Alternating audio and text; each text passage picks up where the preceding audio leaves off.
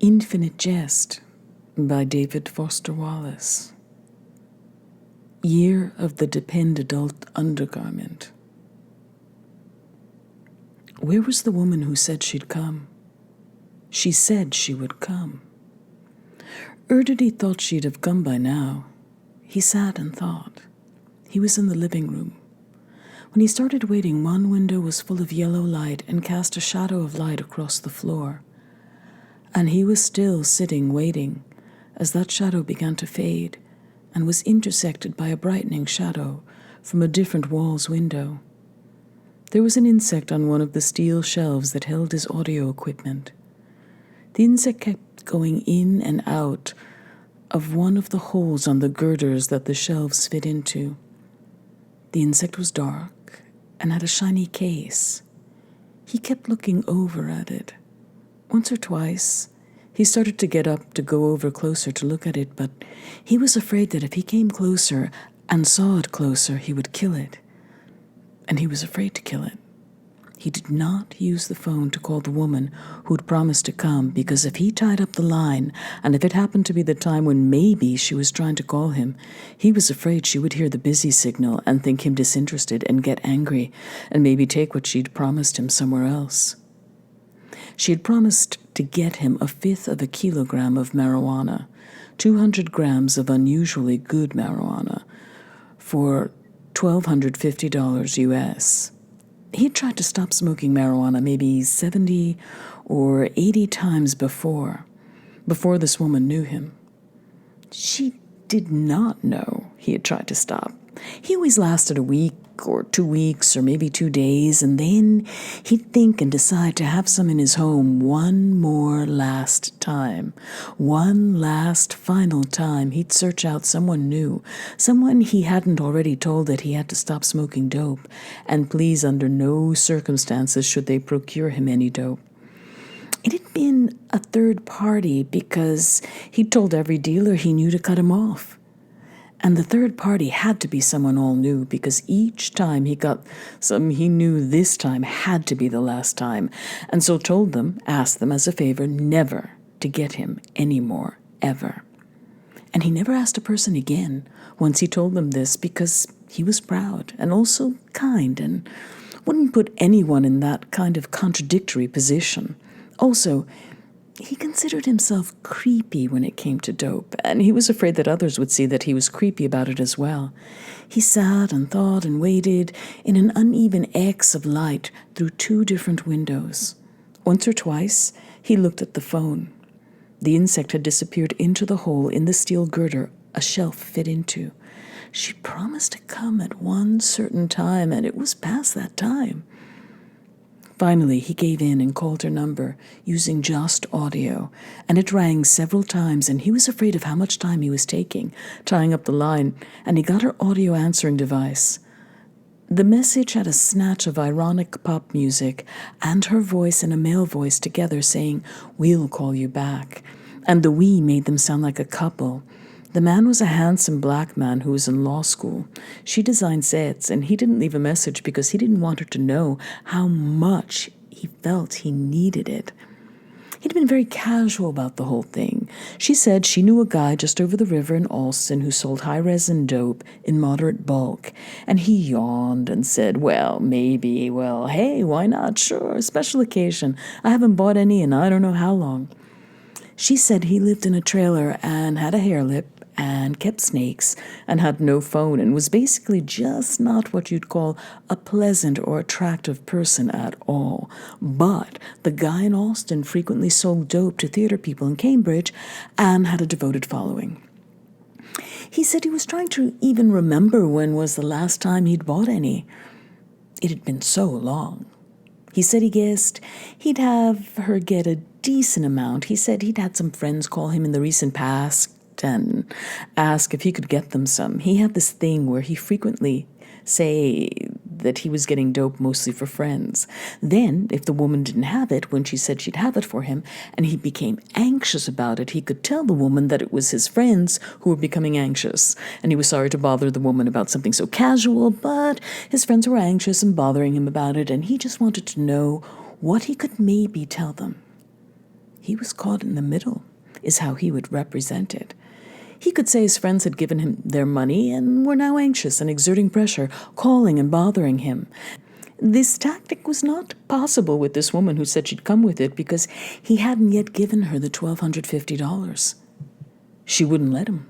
She was well off. Her family was well off, she said, to explain how her condominium was as nice as it was when she worked designing sets for a Cambridge theater company that seemed to only do German plays, dark, smeary sets. She didn't care much about the money, she said. She'd cover the cost herself when she got out to the Alston Spur to see whether this guy was at home. And in the trailer, as she was certain he would be this particular afternoon, and he could just reimburse her when she brought it to him. This arrangement, very casual, made him anxious. So he'd been even more casual and said, sure, fine, whatever. Thinking back, he was sure he'd said whatever, which in retrospect worried him because it might have sounded as if he didn't care at all, not at all, so little that it wouldn't matter if she forgot to get it or call. And once he'd made the decision to have marijuana in his home one more time, it mattered a lot. It mattered a whole lot. He'd been too casual with the woman.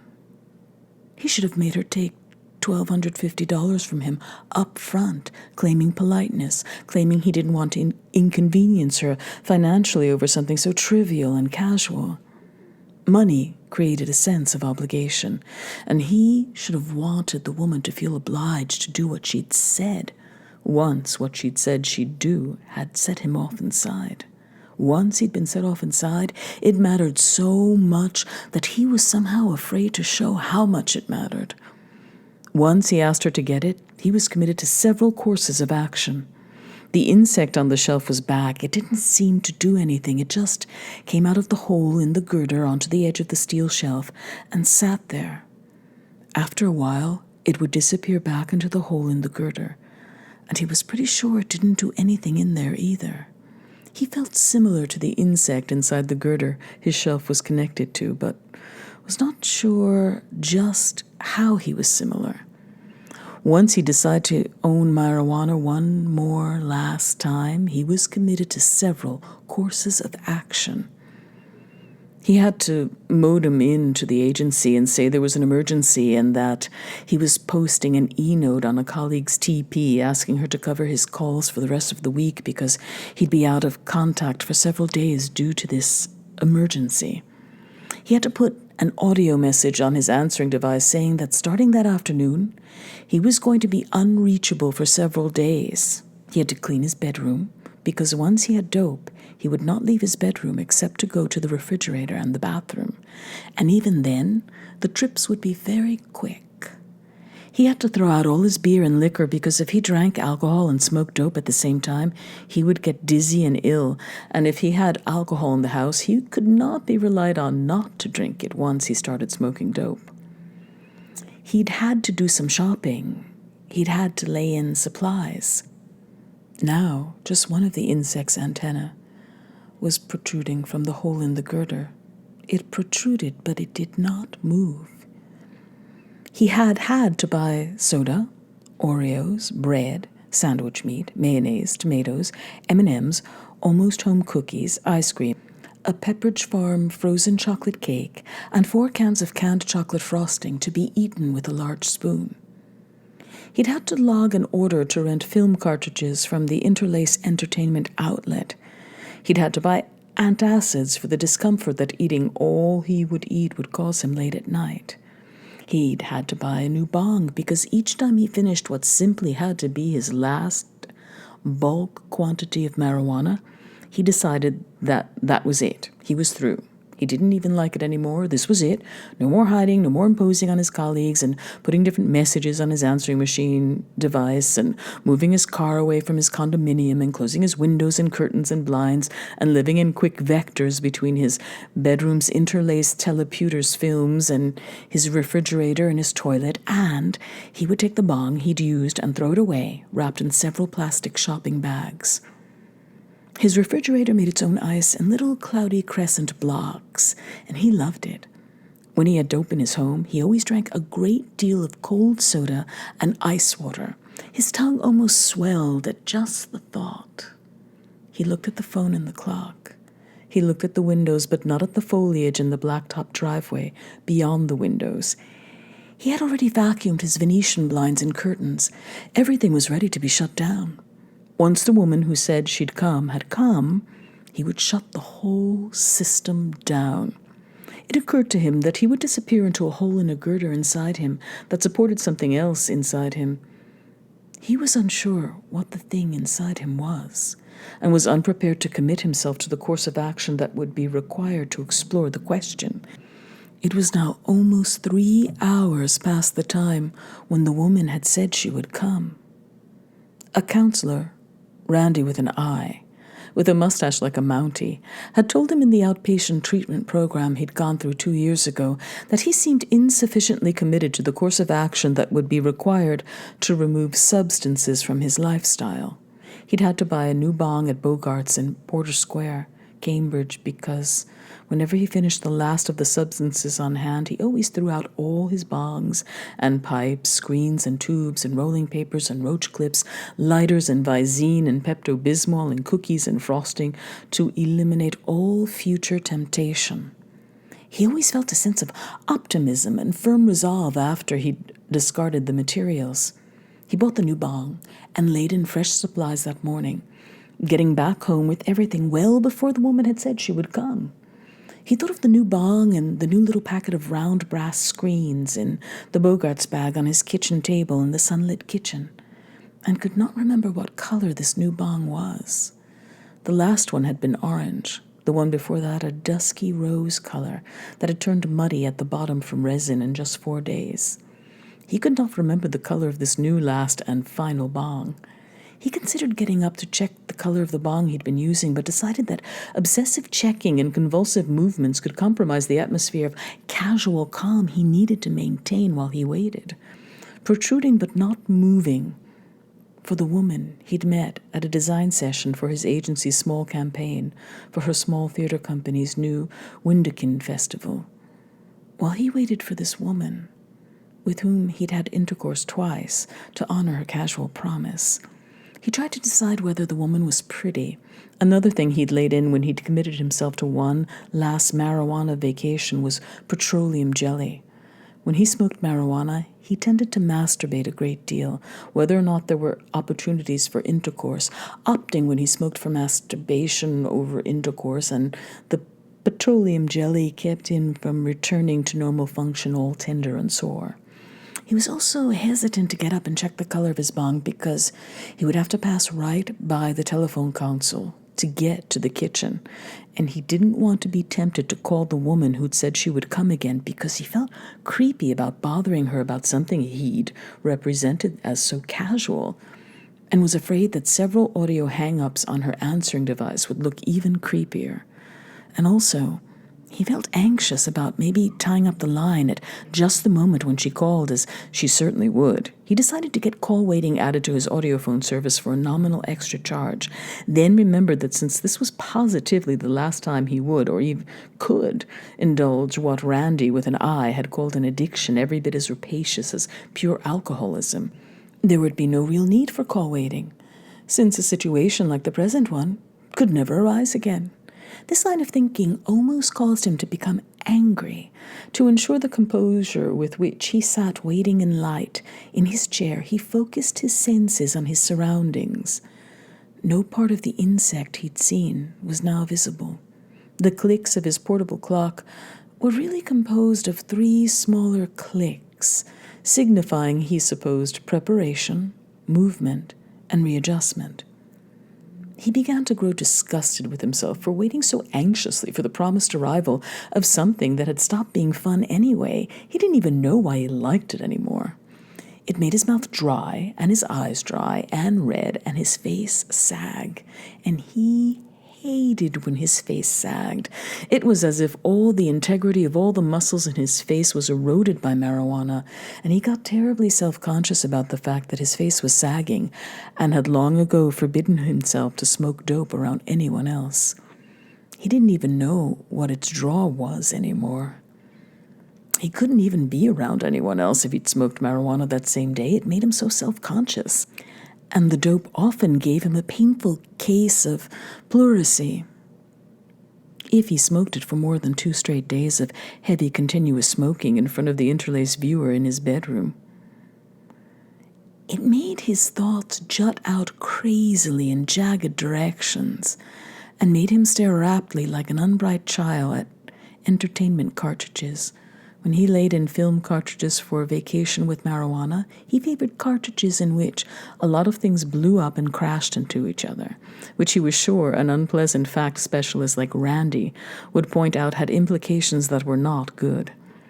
He pulled his necktie down smooth while he gathered his intellect, will, self-knowledge, and conviction, and determined that when this latest woman came, as she surely would, this would simply be his very last marijuana debauch. He'd simply smoke so much, so fast, that it would be so unpleasant and the memory of it so repulsive that once he'd consumed it and gotten it out of his home and his life as quickly as possible, he would never want to do it again. He would make it his business to create a really bad set of debauched associations with the stuff in his memory. The dope scared him. It made him afraid. It wasn't that he was afraid of the dope. It was that smoking it made him afraid of everything else. It had long since stopped being a release or relief or fun. This last time, he would smoke the whole 200 grams, 120 grams cleaned, destemmed in 4 days. Over an ounce a day, all in tight, economical one-hitters of a quality virgin bong, an incredible, insane amount per day. He'd make it a mission, treating it like a penance and behavior modification regimen all at once. He'd smoke his way through 30 high-grade grams a day, starting the moment he woke up and used ice water to detach his tongue from the roof of his mouth and took an antacid, averaging out to 200 or 300 heavy bong hits per day, an insane and deliberately unpleasant amount. And he'd make it a mission to smoke it continuously, even though if the marijuana was as good as the woman claimed, he'd do 5 hits and then not want to take the trouble to load in 1 hit anymore for at least an hour. But he would force himself to do it anyway. He would smoke it all, even if he didn't want it, even if it started to make him dizzy and ill. He would use discipline and persistence and will and make the whole experience so unpleasant, so debased and debauched and unpleasant, that his behavior would be henceforth modified. He'd never even want to do it again because the memory of the insane 4 days to come would be so firmly, terribly emblazoned in his memory. He'd cure himself by excess. He predicted that the woman, when she came, might want to smoke some of the 200 grams with him, hang out, hole up, listen to some of his impressive collection of Tito Puente recordings, and probably have intercourse. He had never once had actual intercourse on marijuana. Frankly, the idea repelled him. 2 dry mouths bumping at each other, trying to kiss, his self-conscious thoughts twisted around on themselves like a snake on a stick, while he bucked and snorted dryly above her, his swollen eyes red and his face sagging so that slack folds maybe touched limply the folds of her own loose, sagging flesh as it sloshed back and forth on his pillow, its mouth working dryly. Ugh. The thought was repellent. He decided he'd have her toss him what she promised to bring, and then would from a distance toss back to her the $1,250 US in large bills and tell her not to let the door hit her on the butt on the way out. He'd say ass instead of butt. He'd be so rude and unpleasant to her that the memory of his lack of basic decency and of her tight, offended face would be a further disincentive ever in the future to risk calling her and repeat the course of action he had now committed himself to. He had never been so anxious for the arrival of a woman he did not want to see. He remembered clearly the last woman he'd involved in his trying just one more vacation with dope and drawn blinds. The last woman had been something called an appropriation artist, which seemed to mean that she copied and embellished other art and then sold it through a prestigious Marlborough Street gallery. She had an artistic manifesto that involved radical feminist themes. He'd let her give him one of her smaller paintings, which covered half the wall over his bed, and was of a famous film actress whose name he'd always had a hard time recalling, and a less famous film actor, the two of them entwined in a scene from a well-known old film. A romantic scene, an embrace, copied from a film history textbook and much enlarged and made stilted and with obscenities scrawled all over it in bright red letters. The last woman had been sexy, but not pretty. As the woman he now didn't want to see, but he was waiting anxiously, for was pretty in a faded, withered Cambridge way that made her seem pretty, but not sexy. The appropriation artist had been led to believe that he was a former speed addict. Intravenous addiction to the methamphetamine hydrochloride is what he remembered telling that one. He'd even described the awful taste of hydrochloride in the addict's mouth immediately after injection. He had researched the subject carefully. She had been further led to believe that marijuana kept him from using the drug, with which he really had a problem, and so that if he seemed anxious to get some once she offered to get him some, it was only because he was heroically holding out against much darker, deeper, more addictive urges, and he needed her to help him. He couldn't quite remember when or how she'd been given all these impressions. He had not sat down and outright bold-faced lied to her. It had been more of an impression he'd conveyed and nurtured and allowed to gather its own life and force. The insect was now entirely invisible. It was on the shelf that held his digital equalizer. The insect might never actually have retreated all the way back into the hole in the shelf's girder. What looked like its reemergence might just have been a change in his attention, or the two windows' light, or the visual context of his surroundings. The girder protruded from the wall and was a triangle of dull steel with holes for shelves to fit into. The metal shelves that held his audio equipment were painted a dark industrial green and were originally made for holding canned goods. They were designed to be extra kitchen shelves. The insect sat inside its dark, shiny case with an immobility that seemed like the gathering of a force. It sat like the hull of a vehicle from which the engine had been for the moment removed. It was dark and had a shiny case and antennae that protruded but did not move. He had to use the bathroom. His last piece of contact from the appropriation artist with whom he had had intercourse, and who during intercourse had sprayed some sort of perfume in the air from a mister she held in her left hand as she lay beneath him, making a wide variety of sounds and spraying perfume up into the air so that he felt the cold mist of it settling on his back and shoulders and was chilled and repelled.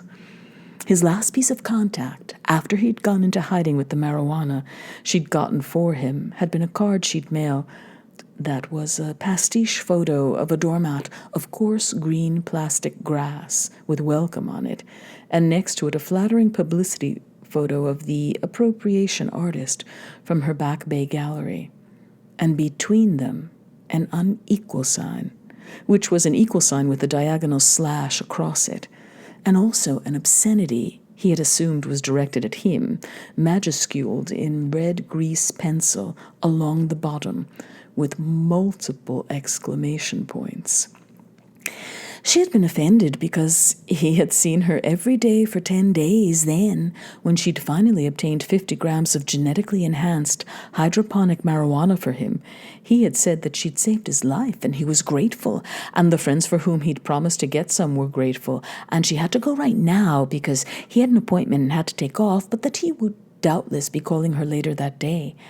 And they had shared a moist kiss, and she had said she could feel his heart pounding right through his suit coat, and she had driven away in her rusty, unmuffled car, and he had gone and moved his own car to an underground garage several blocks away, and had run back and drawn the clean blinds and curtains and changed the audio message on his answering device to one that described an emergency departure from town, and had drawn and locked his bedroom blinds, and had taken the new rose-colored bong out of its Bogart's bag, and was not seen for 3 days, and ignored over 24 audio messages and protocols and e-notes expressing concern over his message's emergency, and had never contacted her again. He'd hoped she would assume he had succumbed again to methamphetamine hydrochloride and was sparing her the agony of his descent back into the hell of chemical dependence. What it really was that he had again decided those 50 grams of resin-soaked dope, which had been so potent that, on the second day, it gave him an anxiety attack so paralyzing that he'd gone to the bathroom in a Tufts University commemorative ceramic stein to avoid leaving his bedroom, represented his very last bout ever with dope, and that he had to cut himself off from all possible future sources of temptation and supply, and that this surely included the appropriation artist who had come with the stuff at precisely the time she'd promised, he recalled. From the street outside came the sound of a dumpster being emptied into an EWD land barge. His shame at what she might, on the other hand, perceive as his slimy, phallocentric conduct toward her made it easier for him to avoid her as well. Though not shame, really. More like being uncomfortable at the thought of it. He had to launder his bedding twice to get the smell of the perfume out. He went into the bathroom to use the bathroom, making it a point to look neither at the insect visible on the shelf to his left, nor at the telephone console on its lacquer workstation to the right. He was committed to touching neither. Where was the woman who said she'd come? The new bong in the Bogart's bag was orange, meaning he might have misremembered the bong before it as orange. It was a rich autumnal orange that lightened to more of a citrus orange when its plastic cylinder was held up to the late afternoon light of the window over the kitchen sink. The metal of its stem and bowl was rough stainless steel, the kind with a grain, unpretty and all business.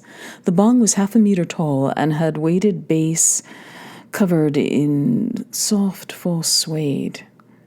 Its orange plastic was thick, and the carb on the outside opposite the stem had been raggedly cut so that the rough shards of plastic protruded from the little hole and might well hurt his thumb when he smoked, which he decided to consider just part of the penance he would undertake after the woman had come and gone.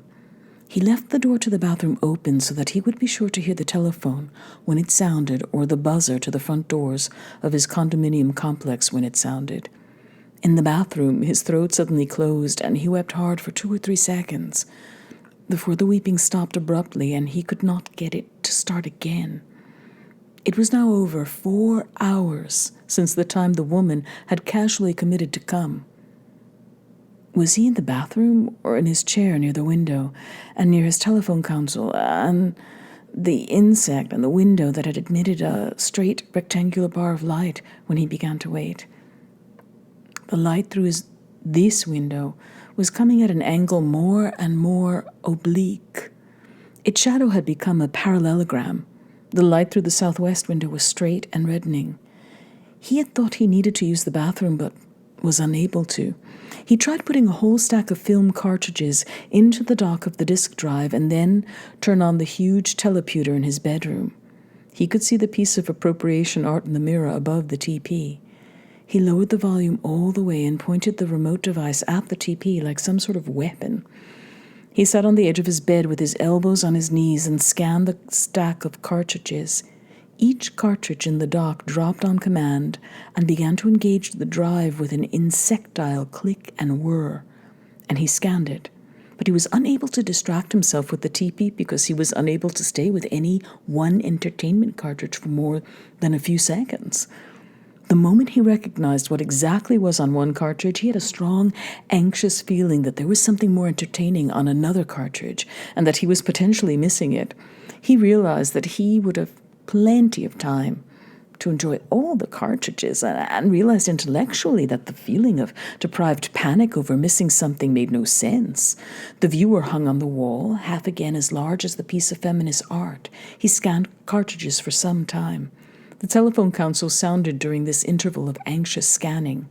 He was up and moving back out toward it, Before the first ring was completed, flooded with either excitement or relief, the TP's remote device still in his hand, but it was only a friend and colleague calling.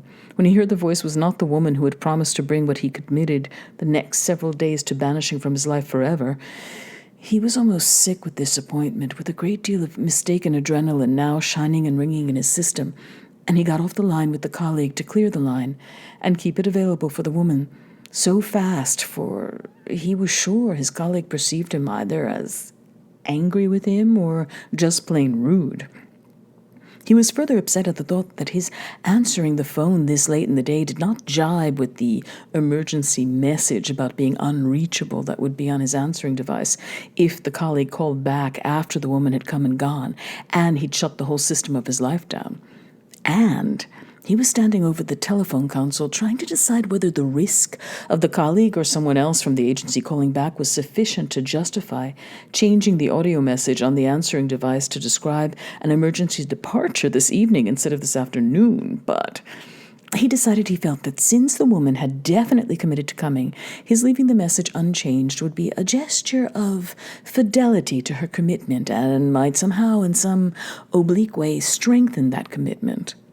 The EWD land barge was emptying dumpsters all up and down the street. He returned to his chair near the window. The disk drive and TP viewer was still on in his bedroom, and he could see through the angle of the bedroom's doorway the lights from the high-definition screen blink and shift from one primary color to another in the dim room. And for a while, he killed time casually by trying to imagine what entertaining scenes on the unwatched viewer the changing colors and intensities might signify.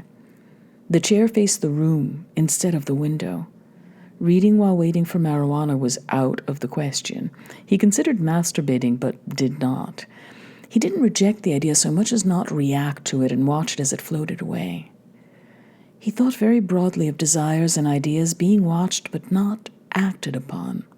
He thought of impulses being starved of expression and drying out and floating dryly away, and felt on some level that this had something to do with him and his circumstances.